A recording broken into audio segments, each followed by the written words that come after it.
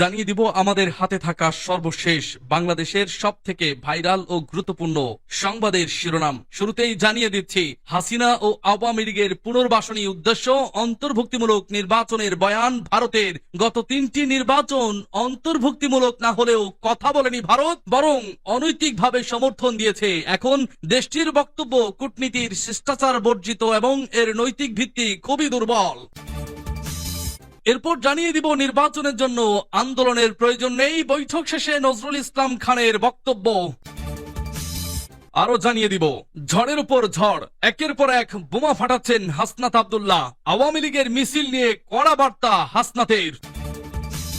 এবং জানিয়ে দিব এমন শাসক আর শাসনই আমাদের স্বপ্নময় ছিল। জানিয়ে দিব বিস্তারিত সংবাদে। এরপর জানিয়ে দিব জাতীয় সংসদে আসন 600 করার সুপারিশ। সর্বশেষ থাকছে কেউ ঘুষ চাইলে কি করতে হবে জানালেন আসিফ মাহমুদ। শুনছিলেন সংবাদ শিরোনাম, এখন বিস্তারিত। হাসিনা ও আওয়ামী লীগের পুনর্বাসনী উদ্দেশ্য অন্তর্ভুক্তিমূলক নির্বাচনের বয়ান ভারতের। গত 3টি নির্বাচন অন্তর্ভুক্তিমূলক না হলেও কথা বলেনি ভারত, বরং অনৈতিকভাবে সমর্থন দিয়েছে। এখন দেশটির বক্তব্য কূটনীতির শিষ্টাচার বর্জিত এবং এর নৈতিক ভিত্তি খুবই দুর্বল।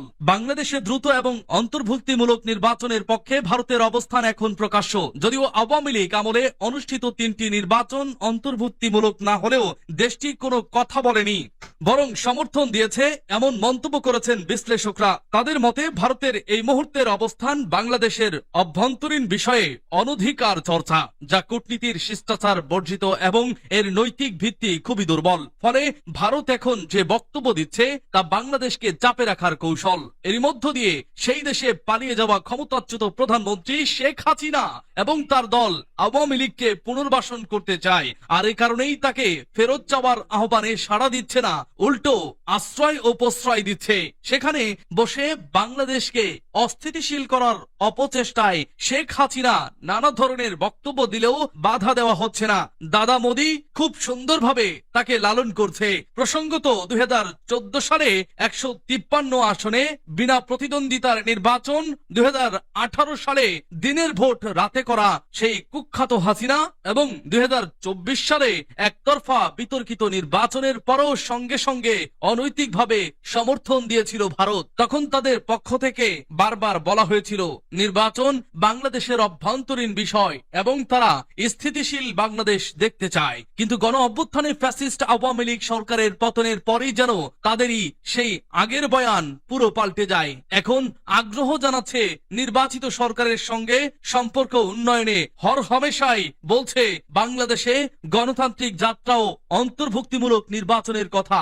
সর্বশেষ বৃহস্পতিবার নয়াদিল্লিতে ভারতের পররাষ্ট্র মন্ত্রণালয়ের সাপ্তাহিক ব্রিফিংয়ে দেশটির পররাষ্ট্র মন্ত্রণালয়ের মুখপাত্র রণধীর জয়সওয়াল এক প্রশ্নের জবাবে বলেছেন, ভারত বারবার বলেছে বাংলাদেশের সঙ্গে একটি ইতিবাচক ও গঠনমূলক সম্পর্ক চায়।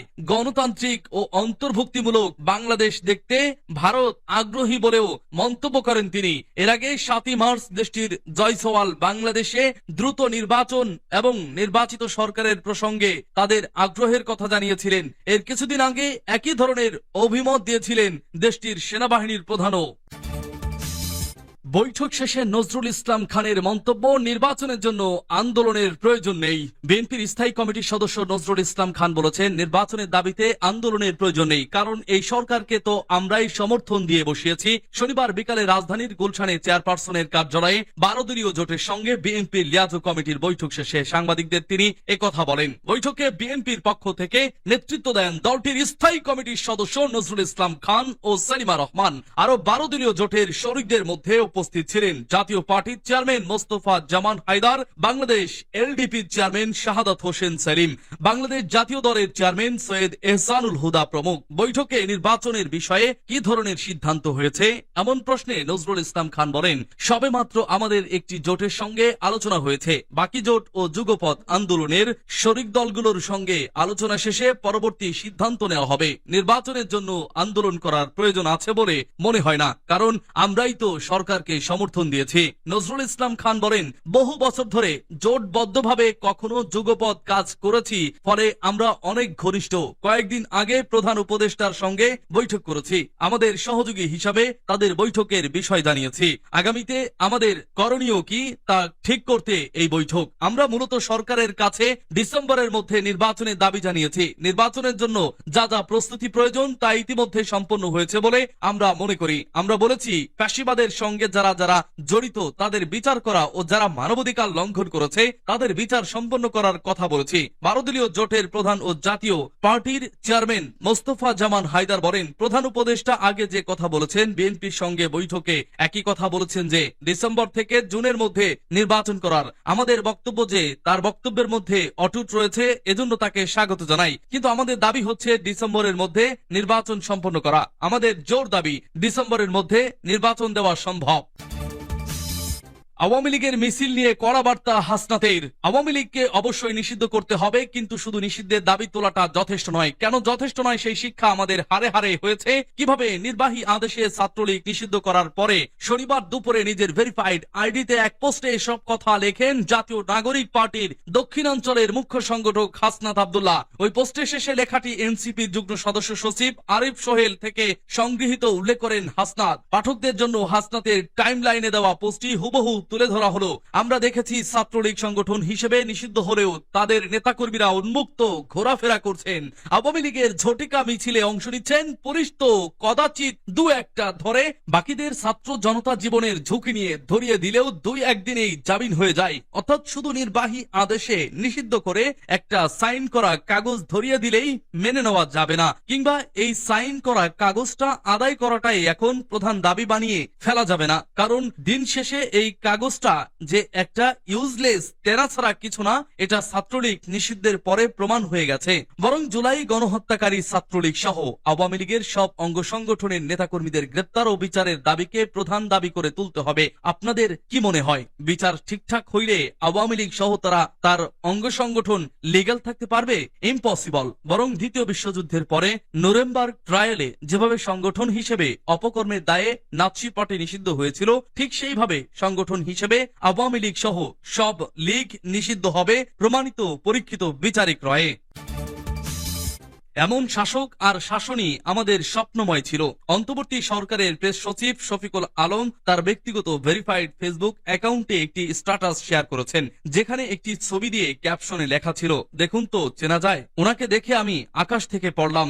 এত সাদা মাঠা আসলেন, জুতা হাতে নিয়ে অজু করতে গেলেন, আশেপাশে কেউ নেই। স্বরাষ্ট্র মন্ত্রণালয়ের মতো এত গুরুত্বপূর্ণ একটা জায়গার উপদেষ্টা, কোনো হই হুল্লোড় নেই, মানে উনি যে এখানে আসছেন আলাদা কোনো উত্তেজনা নেই। একজন সাধারণ মুসল্লির মতোই, শুধু সাধারণ নয়, গরিব একজন মুসল্লির মতো যেন এলেন জীর্ণ শীর্ণ দেখতে।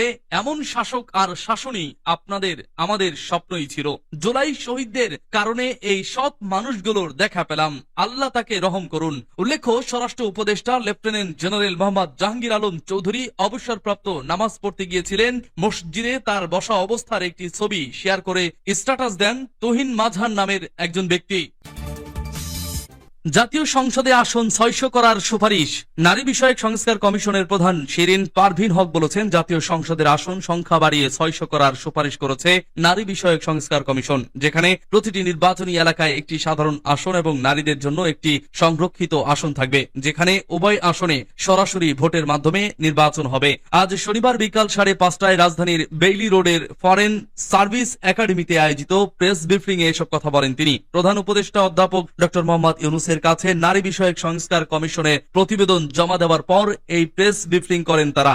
এর আগে বিকাল 4:30টায় রাষ্ট্রীয় অতিথি ভবন যমুনায় প্রধান উপদেষ্টার কাছে তাদের প্রতিবেদন জমা দেন নারী বিষয়ক সংস্কার কমিশনের প্রধান শিরিন পারভীন হকের নেতৃত্ব কমিশনের সদস্যরা। প্রধান উপদেষ্টার কাছে প্রতিবেদন হস্তান্তর অনুষ্ঠানে শিরিন পারভীন হকের নেতৃত্বে কমিশনের সদস্য BRAC institute of governance and ডেভেলপমেন্টের সিনিয়র ফেলো মাহিন সুলতান, বাংলাদেশ জাতীয় মহিলা আইনজীবী সমিতির সভাপতি ফৌজিয়া করিম ফিরোজ, বাংলাদেশ গার্মেন্টস ও শিল্প শ্রমিক ফেডারেশনের সভাপতি কল্পনা আক্তার প্রমুখ উপস্থিত ছিলেন।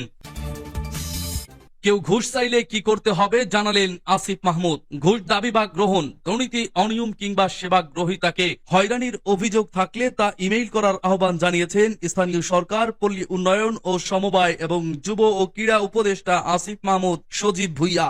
শনিবার ফেসবুকে নিজের ভেরিফাইড পেজে এক পোস্টে এমন আহ্বান জানান এই উপদেষ্টা। পোস্টে আসিফ লেখেন, স্থানীয় সরকার, পল্লী উন্নয়ন ও সমবায় মন্ত্রণালয় এবং যুব ও ক্রীড়া মন্ত্রণালয়ের অধীনস্থ যে কোনো দপ্তর, সংস্থা বা যে কোনো পর্যায়ে দায়িত্বপ্রাপ্ত ব্যক্তির বিরুদ্ধে ঘুষ দাবি বা গ্রহণ, দুর্নীতি, অনিয়ম কিংবা সেবা গ্রহীতাকে হয়রানির অভিযোগ থাকলে সম্মানিত নাগরিকদের তা দাখিলের জন্য আহ্বান জানানো যাচ্ছে। আরো বলা হয়, অভিযোগে যথাযথ তথ্য, উপাত্ত ও প্রমাণ সংযুক্ত থাকলে তা অগ্রাধিকার ভিত্তিতে তদন্তপূর্বক প্রয়োজনীয় আইনানুগ ব্যবস্থা গ্রহণ করা হবে। এছাড়াও যে কোনো অভিযোগ গুরুত্বের সাথে আমলে নেওয়া হবে। অভিযোগকারীদের পরিচয় ও তথ্য গোপন রাখা হবে। অভিযোগ দাখিলের ইমেইল ঠিকানা, দর্শক আপনাদের প্রয়োজনার্থে ডিসক্রিপশন বক্সে ইমেইল ঠিকানাটি দিয়ে দেওয়া হবে। আপনারা সেখান থেকে আপনাদের প্রয়োজনে সংরক্ষণ করে রাখুন। পোস্টে উপদেষ্টা আরো লেখেন, জনস্বার্থে এই উদ্যোগ গ্রহণ করা হয়েছে। ঘুষ, অনিয়ম ও দুর্নীতিমুক্ত প্রশাসন গড়তে আপনার সক্রিয় অংশগ্রহণ আমাদের প্রেরণা।